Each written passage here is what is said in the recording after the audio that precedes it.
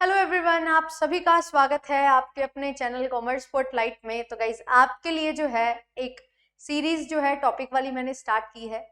तो काफ़ी बच्चे जो हैं अभी तैयारी कर रहे हैं यूजीसी नेट की, सेट की, असिस्टेंट प्रोफेसर एग्जामिनेशंस की। तो आपके लिए प्रयास बैच जो है उसको कंटिन्यू मैं कर रही हूँ और इसमें unit number 1 international business and business environment के मोस्ट इंपॉर्टेंट टॉपिक्स को हम कवर करने वाले हैं आने वाले डेज में। तो आज भी आपके लिए एक सेशन जो है वो मैं लेके आई हूँ। तो सेशन को स्टार्ट करेंगे, बट उससे पहले जान लेते हैं मेरे बारे में। मेरा नाम आयुषी है। आपके लिए पेपर 1 एंड पेपर 2 कॉमर्स की क्लासेस इसी चैनल पे प्रोवाइड की जाती हैं। प्रीवियस ईयर क्वेश्चंस हम सॉल्व करते हुए चल रहे हैं, जिसमें शिफ्ट 1 को मैंने बहुत अच्छे से सॉल्व करवा दिया है और अभी कुछ टॉपिक्स भी हैं साथ साथ हम कवर कर रहे हैं जो मोस्ट इंपॉर्टेंट टॉपिक्स हैं। आपके लिए एक वीडियो बनाई थी टॉप 100 टॉपिक्स, तो उसके बहुत सारे टॉपिक्स ऑलरेडी कवर्ड हैं और कुछ टॉपिक्स हैं अभी मैं करवा भी रही हूँ। एंड साथ ही साथ प्रीवियस ईयर क्वेश्चंस को सॉल्व कर रहे हैं, तो चैनल को सब्सक्राइब कर लो। मैं देखती हूँ काफी बच्चे सब्सक्राइब नहीं करते हैं, तो कर लीजिए एंड शेयर किया करो अपने फ्रेंड्स के साथ, सभी के साथ जो भी UGC net set assistant professor की तैयारी कर रहे हैं कॉमर्स एंड मैनेजमेंट से। साथ ही साथ फ्री क्लासेस की जो पीडीएफ होती है वो आपको एप्लीकेशन पे मिल जाती है। लाइव टेस्ट होते हैं, काउंसलिंग सेशन, क्विजेस, ये सारे बेनिफिट्स आप ले सकते हैं। कॉमर्स स्पॉटलाइट टेलीग्राम चैनल है जहाँ पे मेरी क्लासेस से जुड़े हुए सारे लिंक्स एंड अपडेट्स आपको मिल जाते हैं। तो आप चैनल को भी सब्सक्राइब करो एंड साथ ही साथ टेलीग्राम चैनल को ज्वाइन कर लो एंड जेआरएफ एप्लीकेशन को डाउनलोड कर लीजिए। ये सारी चीज़ें जो हैं आपको हेल्प करती हैं आपके कंटेंट को अच्छे तरीके से पढ़ने में, फिर नोट मेकिंग करने में और ये सारी चीज़ें। साथ ही साथ आपको मैं बता दूं कि आपके लिए मॉक टेस्ट सीरीज जो है वो भी स्टार्ट हो चुकी है।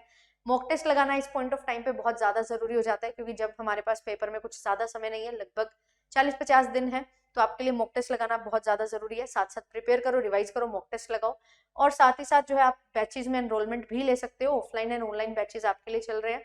ये सभी पेपर 2 आपको ऑफर किए जाते हैं पेपर 1 के साथ। ये सभी ऑफरिंग्स हैं 10 साल के previous year solutions, test series, handbook, interview guidance program, crash course, सारी चीज़ें। और अगर आप अलग से ज्वाइन करना चाहते हैं, केवल प्रीवियस ईयर क्वेश्चन लेना चाहते हैं, तो वो भी ले सकते हैं। केवल टेस्ट सीरीज के लिए भी जा सकते हैं, केवल हैंडबुक्स के लिए भी आप ज्वाइन कर सकते हैं। ठीक है, ओनली पेपर 1 लेना है विद हैंडबुक आपको मिल जाएगा। ओनली पेपर 2 में अगर आप आना चाहते हो तो आप 10 साल के प्रीवियस ईयर डिटेल सॉल्यूशंस के साथ ज्वाइन कर सकते हैं और डेली टॉपिक वाइज क्विज भी आपको मिलती है।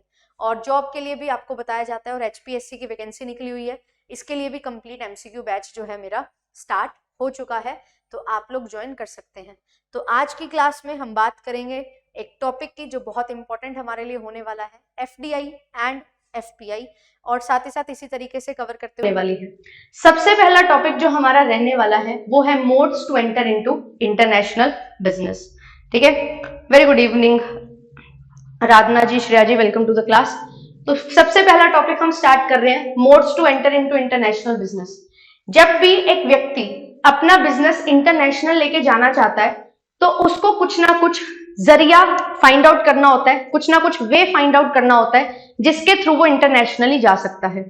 अब जब भी वो इंटरनेशनल बिजनेस में जाने की बात करता है एक व्यक्ति, तो उसके सामने कुछ चीजें आती हैं। सबसे पहली चीज कि उसके पास पैसा कितना है, दूसरी चीज वो कितना जोखिम उठाना चाहता है, कितना रिस्क लेना चाहता है।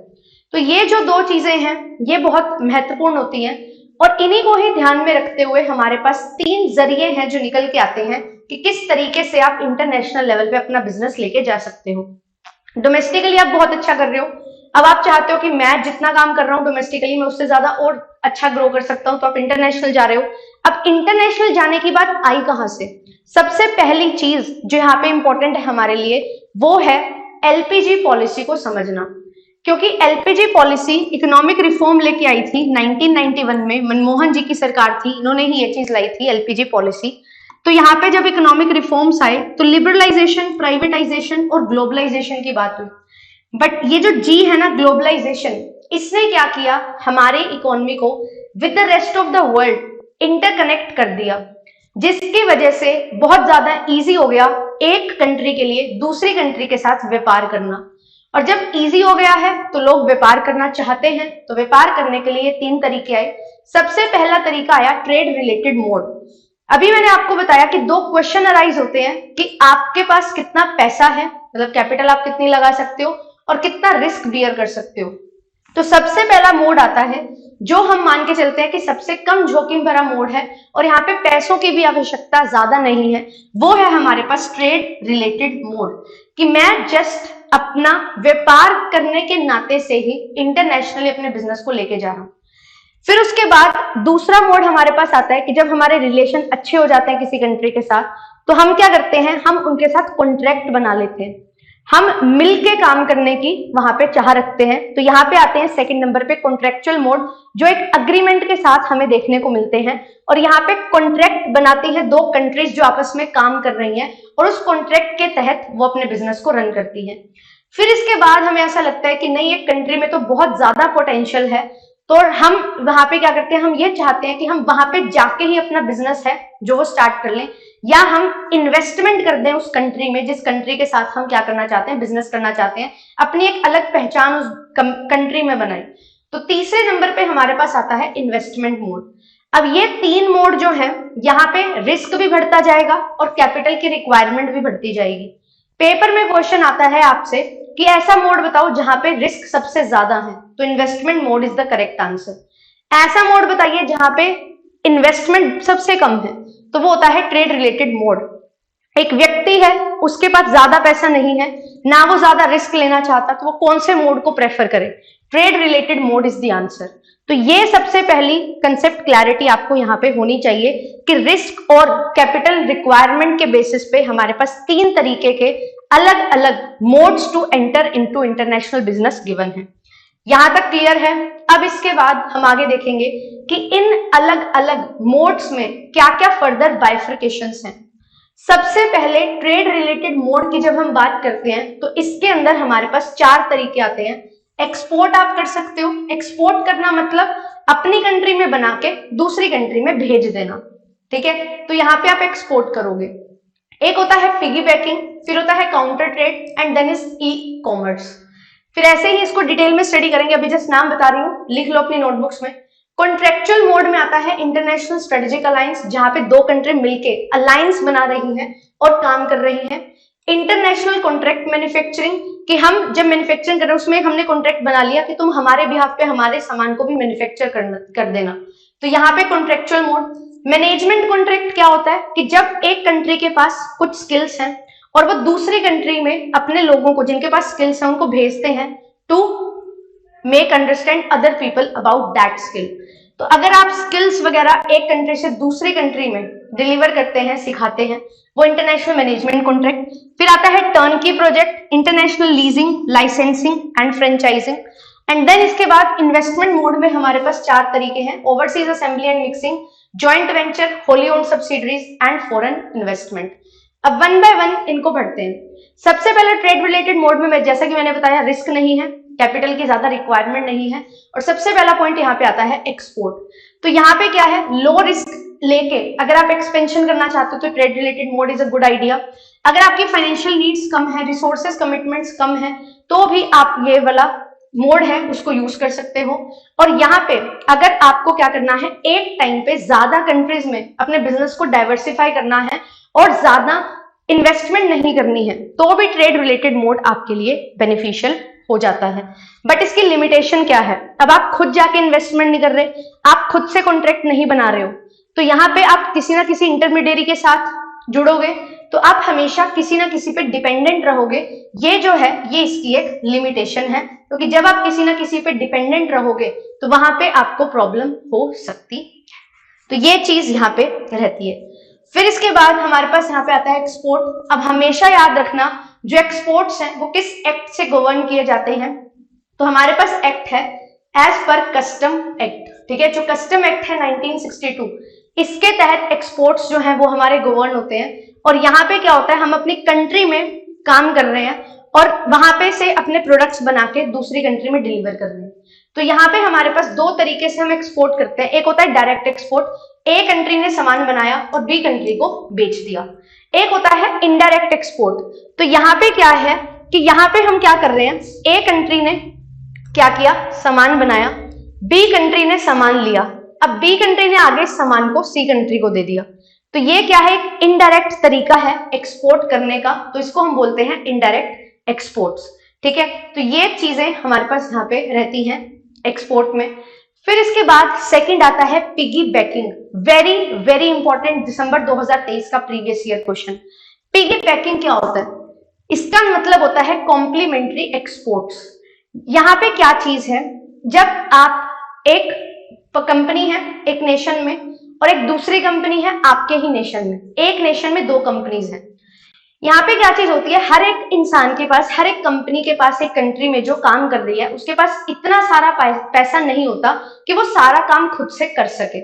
ठीक है, तो यहाँ पे क्या हुआ, दो कंपनीज हैं एक नेशन में, एक कंट्री है, उस कंट्री में दो कंपनीज हैं।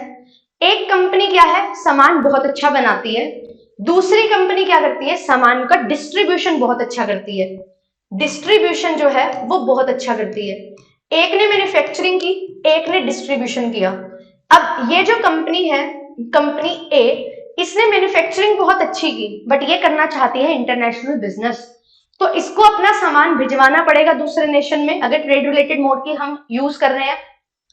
तो यहाँ पे क्या है, अब ये जो कंपनी बी है ना एक नेशन में, वो डिस्ट्रीब्यूशन बहुत अच्छा करती है, उसका डिस्ट्रीब्यूशन नेटवर्क इस तरीके से एक्सपेंड हुआ है कि बहुत इजीली आप अपना सामान है जो भिजवा सकते हो।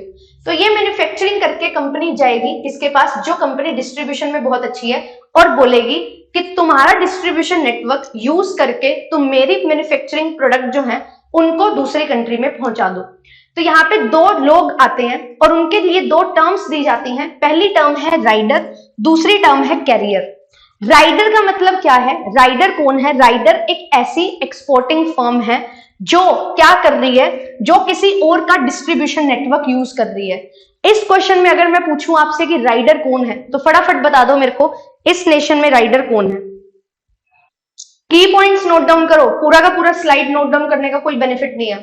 यहाँ पे एक एक्सपोर्टिंग फर्म है राइडर, जो क्या करती है, दूसरी नेशन, दूसरी कंपनी का डिस्ट्रीब्यूशन नेटवर्क यूज कर रही है। तो यहाँ पे हमारे एग्जाम्पल में ये जो कंपनी ए थी, ये कंपनी बी का डिस्ट्रीब्यूशन नेटवर्क यूज कर रही है, तो नेटवर्क यूज करके ऊपर सवार होके जाएगी कंपनी ए, तो यहाँ पे राइडर जो है वो बन जाएगी कंपनी ए।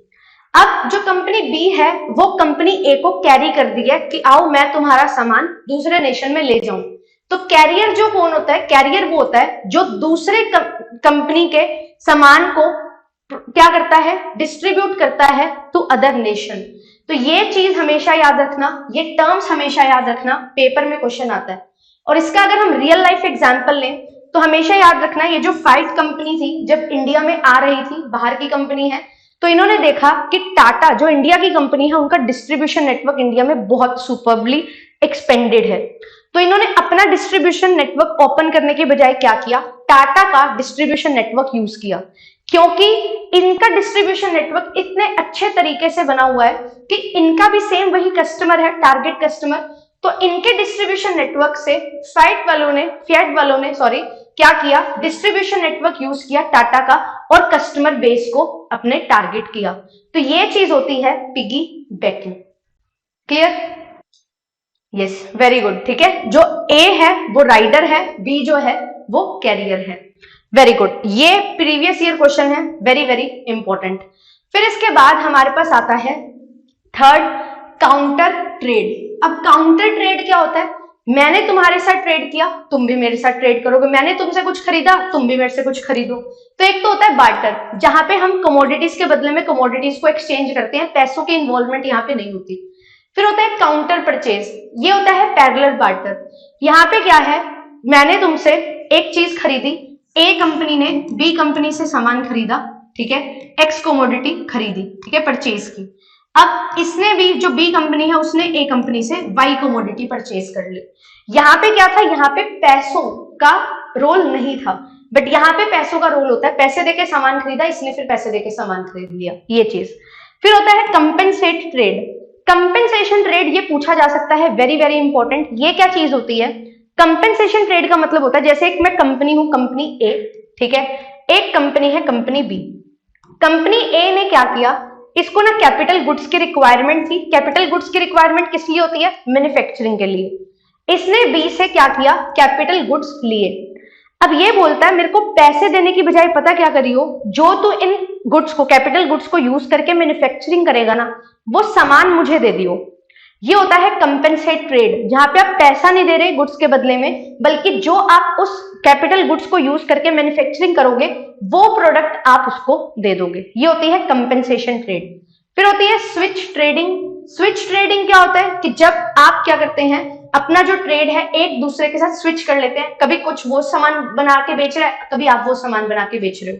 तो ये दो कंपनीज आपस में मिलके इंटरनेशनल लेवल पे अलग अलग कंट्रीज की दो कंपनीज मिलती हैं और एक दूसरे का काम है जो कर लेती हैं, ठीक है। तो ये होता है स्विच ट्रेडिंग। देन इसके बाद होता है ई कॉमर्स। ई कॉमर्स आज के टाइम पे एक बहुत, क्या हम बोल सकते हैं, बहुत ग्रोइंग बिजनेस है, जहां पे वेबसाइट के माध्यम से कोई भी कंट्री में से एक कंपनी क्या कर सकती है, दूसरी कंट्री में अपने सामान को बेच सकती है। तो ई कॉमर्स एक बहुत ज्यादा ग्रोइंग, फास्टेस्ट ग्रोइंग एक मोड है जो बहुत ज्यादा इस्तेमाल आज के टाइम पे किया जा रहा है। और ये जो ई कॉमर्स है इसकी इंपॉर्टेंस और ज्यादा बढ़ जाती है, क्योंकि जब हम बात करेंगे एफटीपी की, फॉरेन ट्रेड पॉलिसी 2023 की, तो यहाँ पे भी एक्सपोर्ट्स को बहुत ज्यादा इंपॉर्टेंस दी गई है और उसी के लिए यहाँ पे जो ई कॉमर्स है उसको भी बहुत ज्यादा बढ़ावा दिया गया है, क्योंकि हम चाहते हैं कि हम एक्सपोर्ट्स बहुत ज्यादा करें। 2 ट्रिलियन तक के एक्सपोर्ट्स हमें लेके जाने हैं यूएस डॉलर्स में, तो इसीलिए यहाँ पे ई कॉमर्स को भी बहुत ज्यादा बढ़ावा दिया गया है। तो ये चीज आपको ध्यान रखनी है। अब हमने ट्रेड रिलेटेड मोड्स कर लिए। फर्स्ट क्वेश्चन आपके सामने है, इसको सॉल्व कर दो।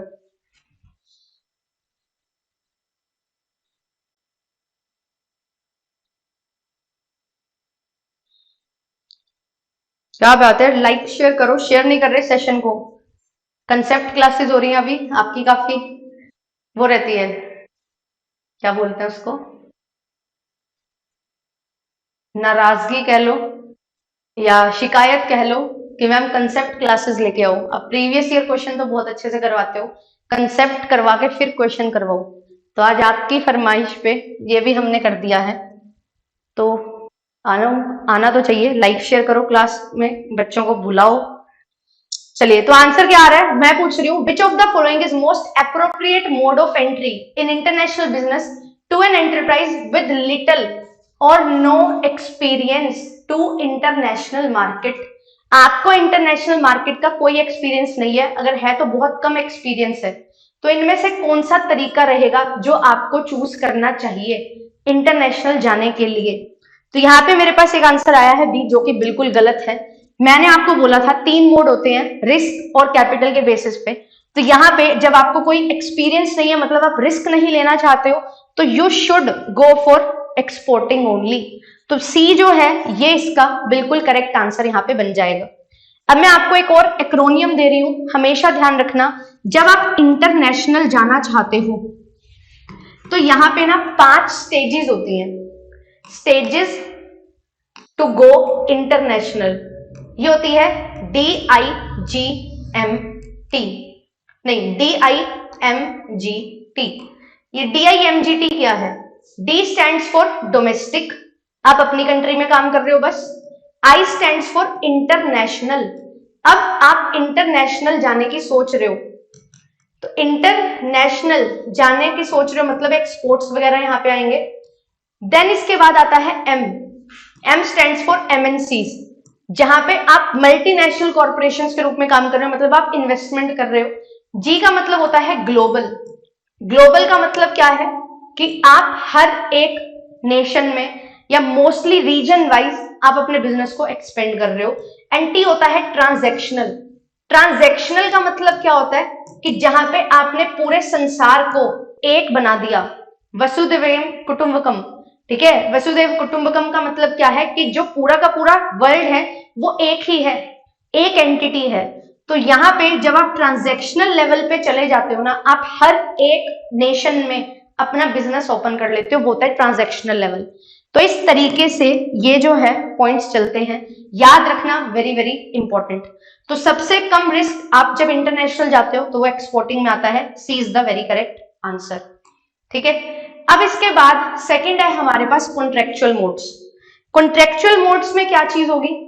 कॉन्ट्रेक्चुअल मोड्स में हम क्या करेंगे, अब मेरे पास एक कंपनी है एक नेशन में, दूसरी कंपनी है दूसरे नेशन में, इसके भी कुछ एडवांटेजेस हैं, इसके कुछ डिसएडवांटेजेस भी हैं, इसके भी कुछ एडवांटेजेस हैं, इसकी कुछ डिसएडवांटेजेस भी हैं।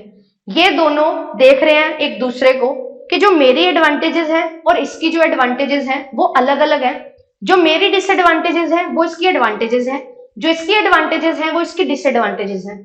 तो दोनों ने एक दूसरे को देखा और दोनों ने क्या सोचा कि भाई हम दोनों क्या कर लेते हैं, टाई अप कर लेते हैं।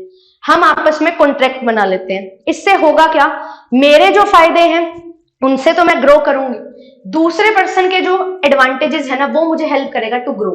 ऐसे ही सेम दूसरी कंट्री वाले कंपनी ने सोचा मेरे जो एडवांटेजेस है वो तो मेरे पास है ही, बट दूसरी कंपनी के साथ मिलके उसके एडवांटेजेस का भी फायदा लेंगे। तो कॉन्ट्रेक्चुअल मोड में हम क्या करते हैं, सिनर्जी बेनिफिट जो है वो हम यहाँ पे लेने की कोशिश करते हैं, और यहाँ पे जो स्ट्रेटेजिकली हम एक दूसरे की स्ट्रेंथ है उसका इस्तेमाल करते हैं और रिसोर्सेस का इस्तेमाल करते हैं, और एक नेशन अपना डोमेस्टिक होगा, दूसरा फॉरेन नेशन में होगा, तभी दो कंट्रीज जो है आपस में ट्रेड करेंगी, दो कंपनीज। तो ये चीज होती है यहाँ पे, और वो अकेले अकेले मिलके एक दूसरे को पूरा करते हैं, कॉम्प्लीमेंट करते हैं, और अपनी स्ट्रेटेजिक स्ट्रेंथ को इस तरीके से यूज करते हैं जहां पे दोनों को बेनिफिट हो। और ये स्ट्रेंथ किस सेंस में हो सकती है, टेक्नोलॉजी, स्ट्रॉन्ग ब्रांड इक्विटी। अगर आपके पास ब्रांड इक्विटी है तो लोग आपके सामान को बहुत इजीली खरीद लेंगे, तो जिनके पास ब्रांड इक्विटी है उसके साथ क्या कर लो, मिल जाओ, ठीक है, कॉन्ट्रैक्ट बना लो। प्रोडक्शन में आप बहुत अच्छे हो सकते हो, ठीक है, प्रोडक्शन फैसिलिटी अच्छी हो सकती है, वेल एस्टेब्लिश्ड डिस्ट्रीब्यूशन नेटवर्क हो सकता है। तो ये सारी जो आपकी स्ट्रेटेजिक स्ट्रेंथ है इनका आप इस्तेमाल करके कॉन्ट्रैक्ट बना के दोनों क्या कर सकते हैं, बेनिफिट ले सकते हैं। ये चीज आती है कॉन्ट्रेक्चुअल मोड में।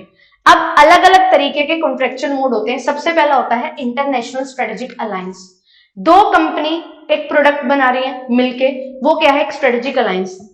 और हमेशा स्ट्रेटेजिक अलायंस में क्या होता है, दो कंपनीज मिलती हैं, एक थर्ड प्रोडक्ट जो है ना वो मार्केट में लेके आती है। एक प्रोडक्ट ये बना रहे हैं, एक प्रोडक्ट ये बना रहे हैं, ऐसा नहीं है कि वही प्रोडक्ट आएगा, नहीं, कोई तीसरा प्रोडक्ट लेके आएंगे जो बिल्कुल मार्केट के लिए नया होगा।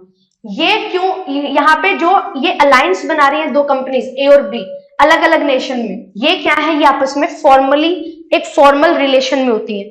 अब यहां से आपके मन में एक सवाल आता होगा, ये रीजनल इकोनॉमिक इंटीग्रेशंस होते हैं, ये क्या होते हैं?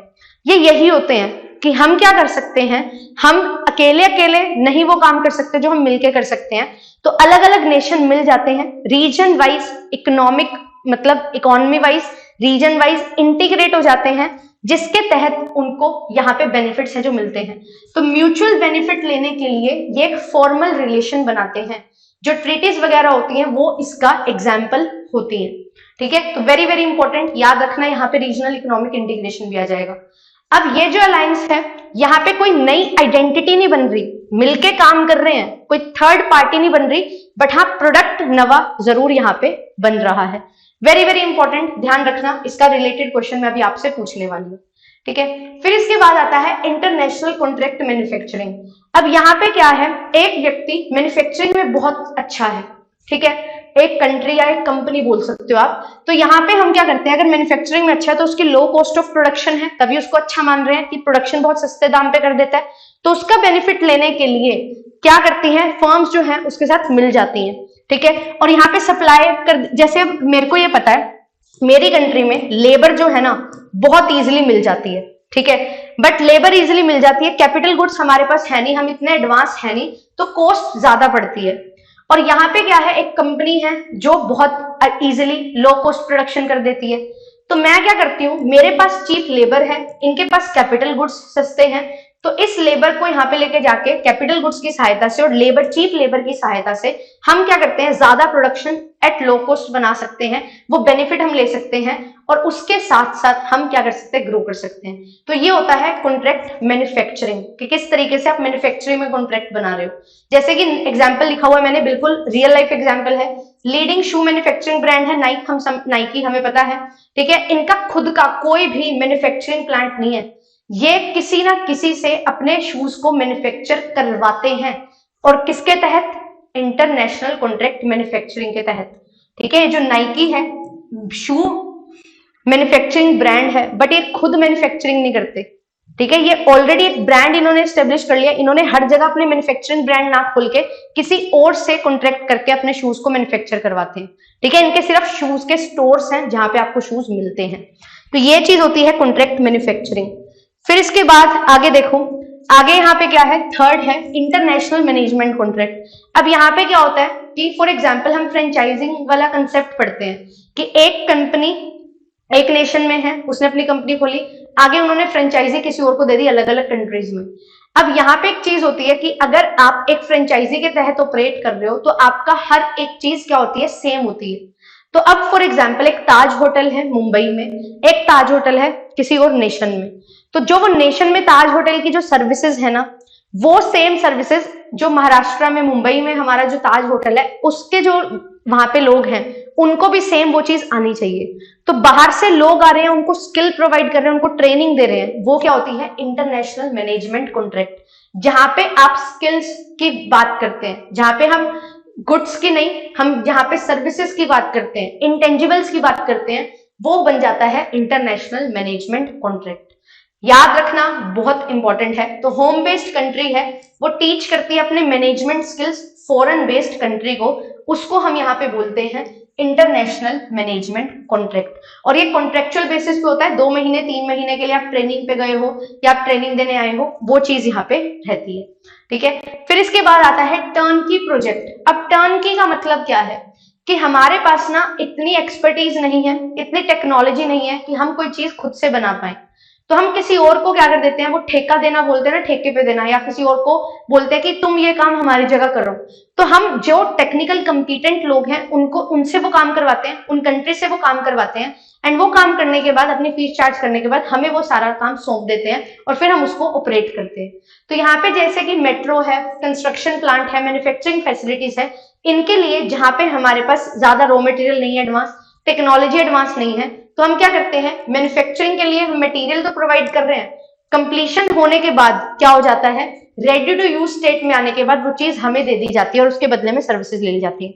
अगर आप बात करो जैसे कि टोल प्लाजा होते हैं, इनके लिए भी यहाँ पे जो टोल टैक्स हम पे करते हैं, वो जो टोल टैक्स होता है वो भी क्या है, जिन्होंने ये टोल प्लाजा वगैरह बनाई, जिन्होंने रोड्स वगैरह बनाए हैं, उनके पास वो चीजें हैं, वो फंड्स हैं, वो सारे चले जाते हैं। मेट्रो की अगर बात करें, जो इंडिया में जो मेट्रो चल रही है, तो क्या इंडियंस ने बनाई है? नहीं, जापानीज टेक्नोलॉजी पे बेस्ड होती हैं। तो वहां से जो लोग आते हैं, जो कंपिटेंट हैं, वो बनाते हैं एंड फिर वो आपको दे देते हैं और उसके बदले में वो क्या करते हैं, चार्ज करते हैं। तो यहाँ पे अलग अलग टाइप होते हैं। एक टाइप होता है बिल्ड एंड ट्रांसफर, ठीक है, बिल्ड किया, बनाया और दे दिया। फिर होता है बिल्ड ऑपरेट एंड ट्रांसफर, बनाया, कुछ समय के लिए खुद ऑपरेट किया, पैसा कमाया, फिर ट्रांसफर कर दिया। बिल्ड ऑपरेट एंड ओन, यहाँ पे क्या होता है, बिल्ड किया, उसको ऑपरेट कर रहे हैं और ओन भी खुद ही कर रहे हैं, जैसे कि टोल प्लाजा इसका बिल्कुल करेक्ट एग्जाम्पल है। क्या ये तीनों चीजें हमें क्लियर है? Is this clear to everyone कि ये क्या चीज होती है, टर्न की? जब कोई चीज बिल्कुल तैयार हो जाती है तब आपको वो चीज मिल जाती है। तो जब आप कंपिटेंट नहीं होते हैं टेक्नोलॉजी वाइज, तो टर्न की टेक्निकल कंपिटेंसी जब आपके पास नहीं होती है, तो आप टर्न की प्रोजेक्ट में एंटर करते हैं और कॉन्ट्रैक्ट बनाते हैं। फिर इसके बाद आता है, 3 चीज आती है, इंटरनेशनल लीजिंग, लाइसेंसिंग और फ्रेंचाइजिंग। अब ये लीजिंग क्या होता है? लीजिंग का मतलब होता है पट्टे पे देना, मतलब किसी चीज को यूज करने के लिए देना, राइट टू यूज ट्रांसफर कर देना। तो लीजिंग टेंजिबल एसेट्स का होगा, हमेशा याद रखना, और ये लेसर और लेसी के बीच में एक अग्रीमेंट होगा और जो लेसर है वही उसका ओनर रहेगा, बस राइट टू यूज जो है ना वो लेसी को दे दिया जाएगा और लेसी उसके बदले में लीज रेंटल पे करेगा। बहुत इजी है, ये चीज यहाँ पे रहती है। फिर इसके बाद इंटरनेशनल लाइसेंसिंग होता है। अब लाइसेंसिंग किस लिए होती है? लाइसेंसिंग होती है सर्विसेज के केस में, इंटेंजिबल्स के केस में, ठीक है। तो यहाँ पे फीस पे की जाती है, ठीक है, और जो फीस पे की जाती है वो होती है रॉयल्टी। हमेशा याद रखना, जो इंटेंजिबल्स होते हैं उनके लिए जो फीस होती है, लाइसेंसिंग की जो फीस होती है, उसको रॉयल्टी बोला जाता है, ठीक है। और यहाँ पे हमारे पास 3 टाइप होते हैं इस लाइसेंसिंग के। पहला होता है प्रोसेस लाइसेंसिंग, जहां पे आपने सिर्फ और सिर्फ एक फॉर्मूला दिया कि ये चीज कैसे बनती है, वो बता दिया। फिर होता है ट्रेडमार्क लाइसेंसिंग, जहां पे फॉर्मूला और ट्रेड नेम आप दे रहे हो, आप फॉर्मूला भी दे रहे हो कि ये चीज इस तरीके से बनी, और अपना ट्रेड नेम भी दे रहे हो, जो आपने ब्रांड रजिस्टर्ड करवा लिया है वो नाम भी आप दे रहे हो सामने वाले को कि यूज कर सकते हो आप, और वो उसके बदले में आपको पैसे दे रहे हैं। फिर इसके बाद होती है क्रॉस लाइसेंसिंग। यहाँ पे क्या होता है, 2 कंपनीज हैं, इनके पास कोई चीज है, बनाने का फॉर्मूला है, इनके पास है, दोनों ने क्या कर लिया, एक्सचेंज कर लिया आपस में, ठीक है। दोनों ने अपनी प्रोसेस को एक्सचेंज कर लिया और दोनों एक दूसरे की जो स्पेशलाइजेशन है उसका इस्तेमाल करके अपना प्रोडक्ट जो है वो बना रहे हैं।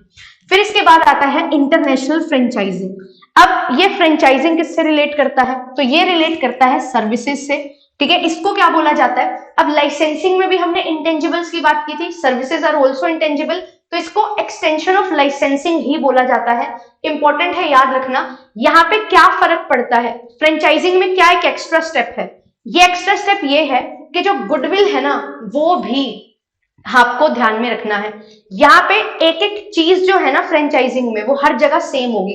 अगर आप फ्रेंचाइजिंग की बात कर रहे हो, जैसे मान लो कि एक आउटलेट है यूएसए में, एक आउटलेट है इंडिया में, तो दोनों आउटलेट हर तरीके से बिल्कुल सेम होंगे।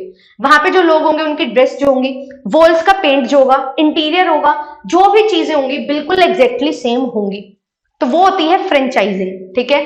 तो यहाँ पे क्या है, कैसे बिजनेस करना है वो भी आपको बताया जाता है, क्योंकि यहाँ पे जो गुडविल है फ्रेंचाइजर की, उस चीज का भी ध्यान रखा जाता है, ठीक है। तो यहाँ पे ऑपरेटिंग प्रोसेस होती है, ट्रेडमार्क होता है, मेथड ऑफ यूज होता है, ठीक है, साथ ही साथ प्रोडक्ट की रेपुटेशन, कि यहाँ पे अगर कोई भी पर्सन वर्ल्ड वाइड कहीं से भी आ जाए, उसको हर जगह सेम चीज मिलेगी, एग्जैक्टली सेम, बिल्कुल भी कॉम्प्रोमाइज नहीं होगा किसी भी चीज में। तो मैकडोनल्ड्स, डंकिन डोनट्स, ये जो हैं ये इसके एग्जाम्पल्स हैं, ठीक है। तो ये चीज यहाँ पे आती है फ्रेंचाइजिंग में। क्या किसी को कोई भी डाउट है? किसी को कॉन्ट्रेक्चुअल मोड में कोई भी डाउट है तो यू कैन आस्क, ठीक है। अब इसके बाद थर्ड मोड जो आता है वो होता है investment mode. Most riskiest mode है और सबसे ज्यादा पैसा यहाँ पे लगता है, क्योंकि आप इन्वेस्ट कर रहे हो, निवेश कर रहे हो। आप पैसा लगाते हुए ना बहुत सोचते हो, जैसे कि आपको कोई चीज परचेज करनी है, उससे पहले आप उसका डेमो लेते हो।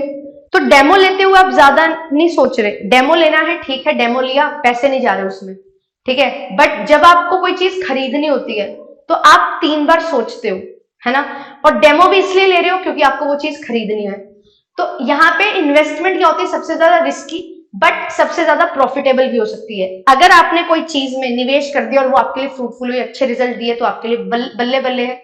अगर आपने गलत डिसीजन लिया कुछ और कहीं और गलत जगह निवेश कर दिया, गलत टाइम पे निवेश कर दिया, तो आपके लिए वो नेगेटिव रिजल्ट्स भी दे सकता है। तो रिस्क का मतलब ये नहीं होता कि हमें नुकसान ही नुकसान है। रिस्क का मतलब है प्रॉफिटेबिलिटी और लॉसेबिलिटी, दोनों के इक्वल चांसेस होते हैं, इसी को रिस्की बोलते हैं, ठीक है। तो लास्ट ऑप्शन है जो हम ऑप्ट करते हैं, अगर मेरे को ट्रेड रिलेटेड में नहीं जाना, कॉन्ट्रेक्चुअल में नहीं जाना, तो मेरे पास एक इकलौता मोड बचता है जो है इन्वेस्टमेंट मोड।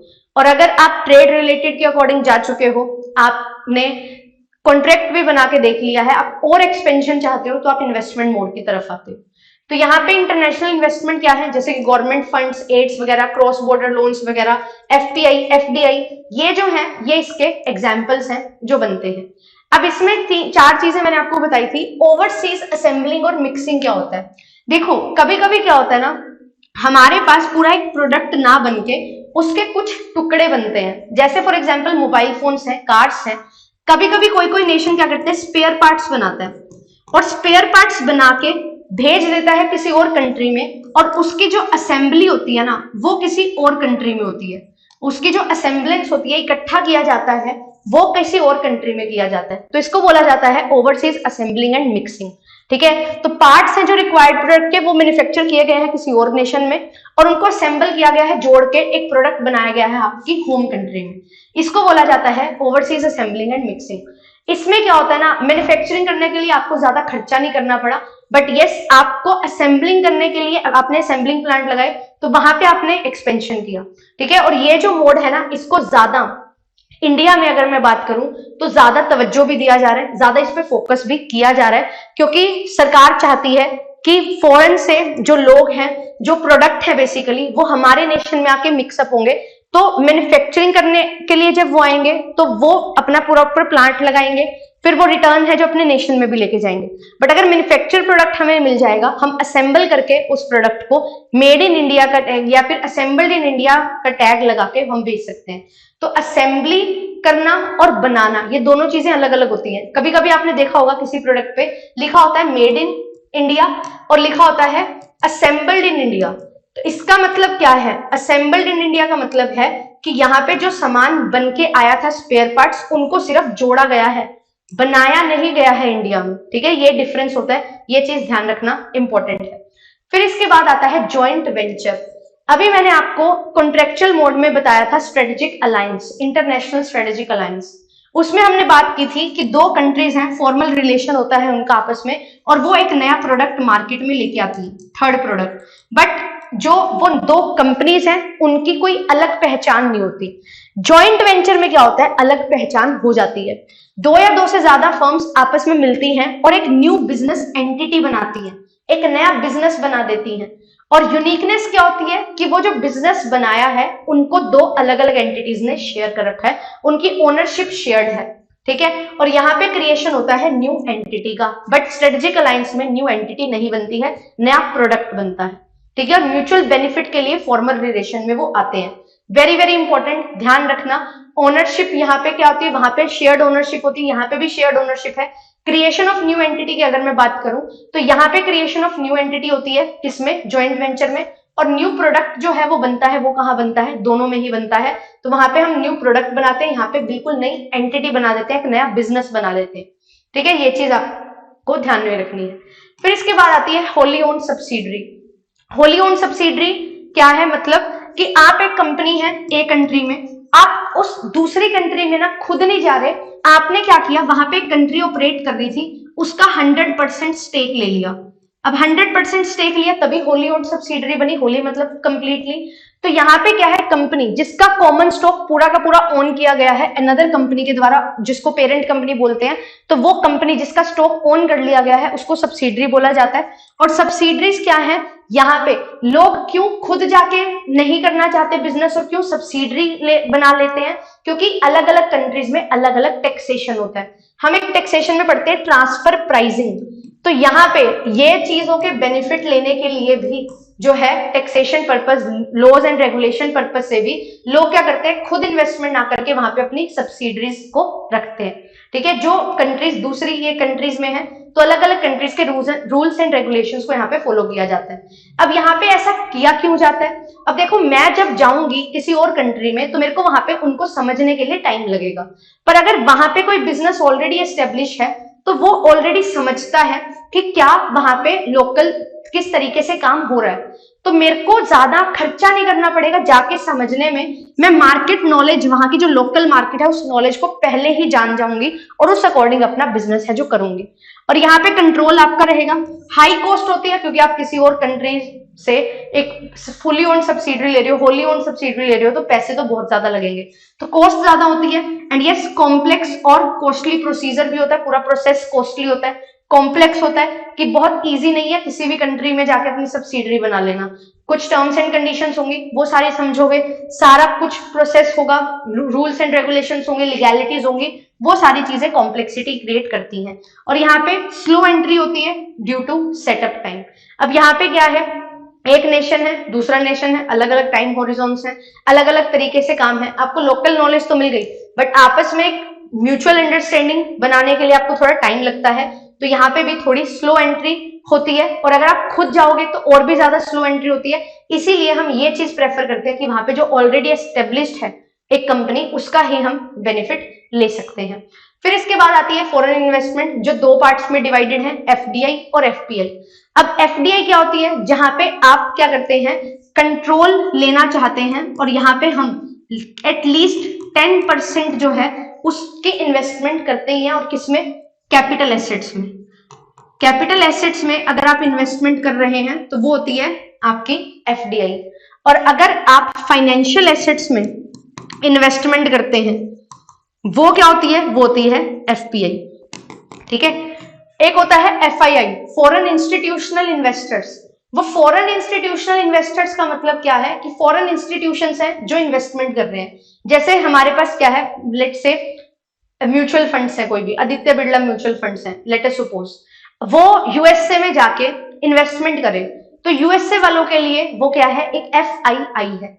ऐसे ही कोई बाहर की कोई म्यूचुअल फंड्स है, कुछ भी है, कोई फाइनेंशियल इंस्टीट्यूशन है, वो इंडिया में आके इन्वेस्टमेंट करे तो इंडिया के लिए वो फॉरेन इंस्टीट्यूशनल इन्वेस्टर बन जाता है।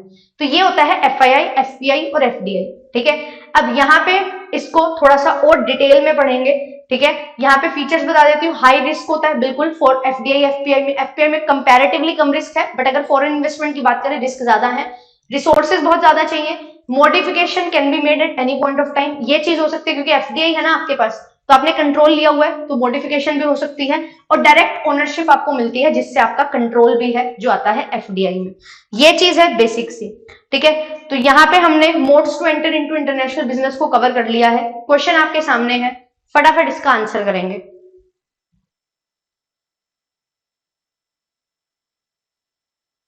बिल्कुल एमसीक्यू के टाइम पता चलेगा डाउट। देखो ये चीज के लिए ना यही चीज काफी बच्चे फेस कर रहे थे कि समझ तो आ जाता है, ठीक है, और ये बात बिल्कुल ऑब्वियस भी है। We are preparing for UGC NET. एक बहुत गहरी बात बता रही हूँ कि यहाँ पे हम पढ़ के तो आए हैं, ठीक है, हमने मास्टर्स की है, ग्रेजुएशन पोस्ट ग्रेजुएशन किया है हमने सबने, और कुछ एस्पिरेंट ऐसे भी हैं जो बीएड वगैरह भी कर लेते हैं, जो टीचिंग भी कर रहे हैं, है ना, ये चीजें रहती है। तो पढ़ा तो हम सभी ने हुआ है।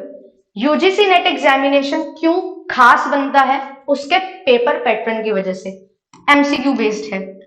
तो हमें समझना क्या है कि कैसे अपनी नॉलेज को एमसीक्यूज में अप्लाई करें, और यही चीज को ध्यान में रखते हुए मैंने अभी 3 हफ्ते पहले ही प्रयास बैच स्टार्ट किया था, जहां पे हम यही चीज को फोकस करते हैं कि क्वेश्चन देखा, उसको सही करना है, और फिर उससे रिलेटेड सारा कंसेप्ट डिस्कस करना है कि हाँ ये चीज इस तरीके से अप्लाई होके ये आंसर बना था।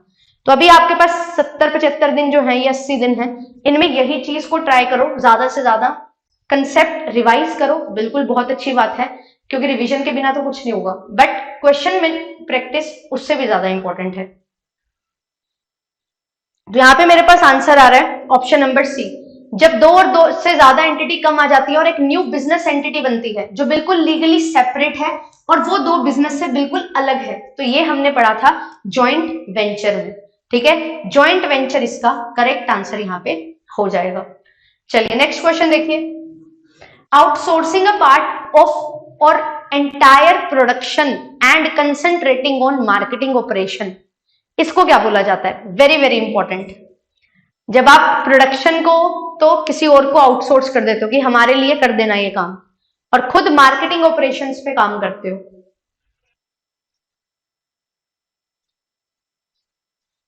आराधना जी मैं करती हूँ अभी 10% वाला ना, बिल्कुल क्लियर करूंगी, इसके बाद हम एफपीआई एफडीआई कवर करेंगे तो आपको सारा क्लियर हो जाएगा।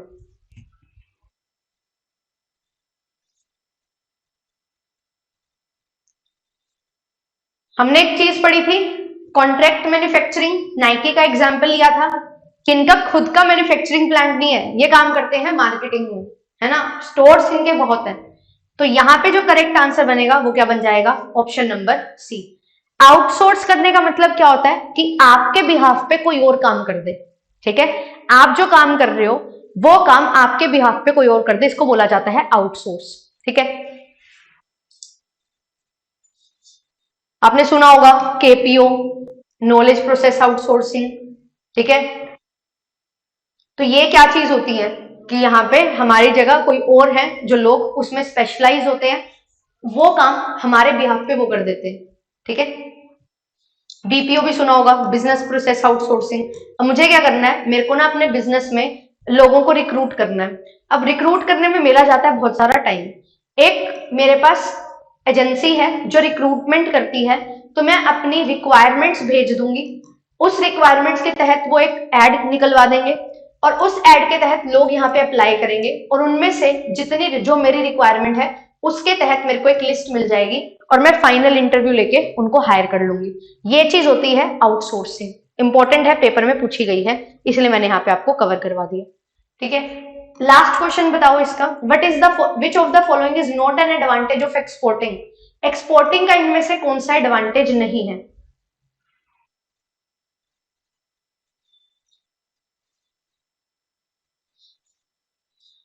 नहीं, सारे नहीं है, कुछ पीवाईक्यूज हैं, कुछ एक्सपेक्टेड है। 3-4 क्वेश्चन मैंने आपको करवाए, तो 2 पीवाईक्यूज हैं, 2 ये एक्सपेक्टेड क्वेश्चन है।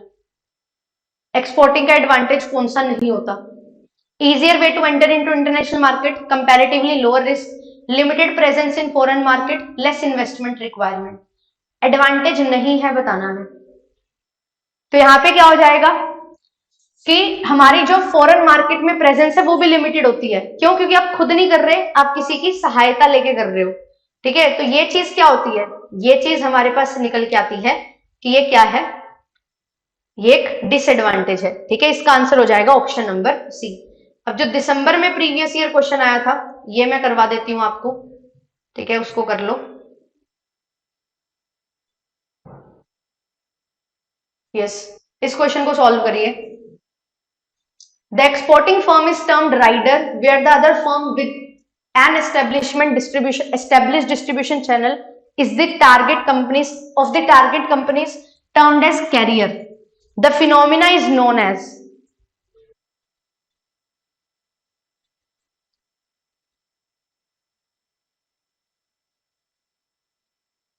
तीन क्वेश्चन हो रहे हैं इसके, ठीक है, वो आपका होमवर्क है।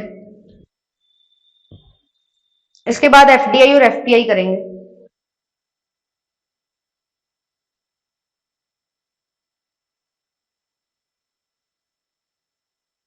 तो इसको क्या बोला जाता है? दो टर्म हमने कहां पे पढ़ी थी?